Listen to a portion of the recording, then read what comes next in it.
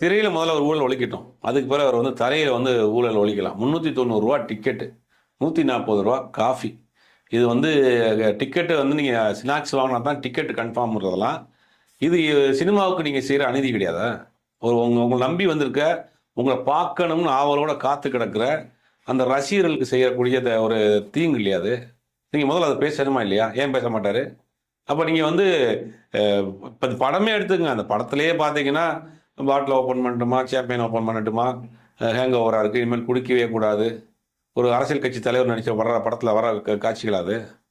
அப்படிங்கும் போது இது வந்து இவர் திரையில் ஒரு மாதிரி இருக்கிறாரு, அரசியலுக்கு ஒரு மாதிரி இருக்காங்கிறது வெட்ட வெளிச்சமாக தெரியுது.